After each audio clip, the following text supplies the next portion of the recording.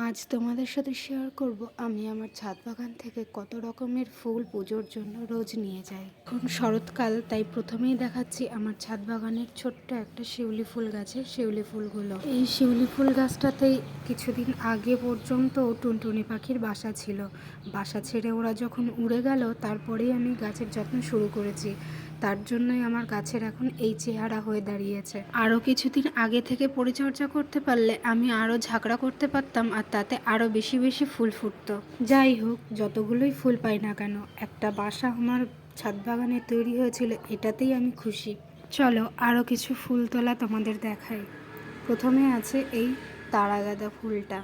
গাছে এখন অনেকগুলো করেই ফুল ফুটছে, তাই আমি রোজ 2 থেকে 3টে ফুল তুলে নিয়ে যাই। আর মোটামুটি সব ফুল গাছ থেকেই এরকম 2-3টে করে ফুল তুলতে তুলতে আমার এক সাজি ফুল হয়ে যায় রোজ। এই ফুলটাকে তো সবাই চেনই, এটা নয়নতারা ফুল, আর এটা দেশি ভ্যারাইটির নয়নতারা ফুল গাছটা। আমার কাছে মোট 3 রকমের নয়নতারা ফুল আছে। একটা আছে পুরো সাদা, আর একটা এইটা, আর একটাও তোমাদের দেখাচ্ছি, দাঁড়াও একটু পরে।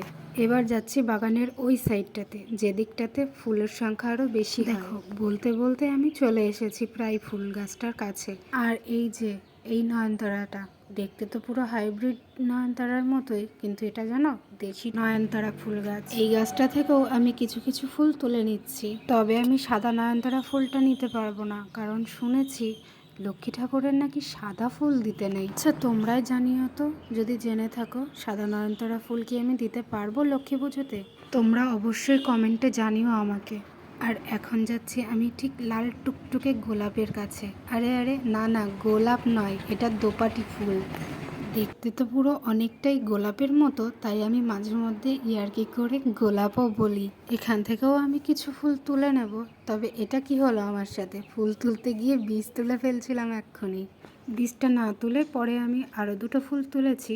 তবে তোমরা জানিও আমার এই ফুলের বাগানটা তোমাদের কেমন লাগে। রাস্তার ধার থেকে তুলে নিয়ে এসেছিলাম এই তুরান ফুল গাছটাতে, আর এখন এত পরিমাণে ফুল দেয় যে এর থেকেও আমাকে রোজ 2-3টে করে ফুল তুলতেই হয়। তবে অসুবিধা নেই, রোজ যদি বিভিন্ন রঙের ফুল দিয়ে ঠাকুর ঘরটা সাজানো হয় তাহলে খুব ভালোই লাগে। আর আমার বেলি ফুল গাছের এটাই শেষ ফুল, সেটাকেও তুলে নিচ্ছি।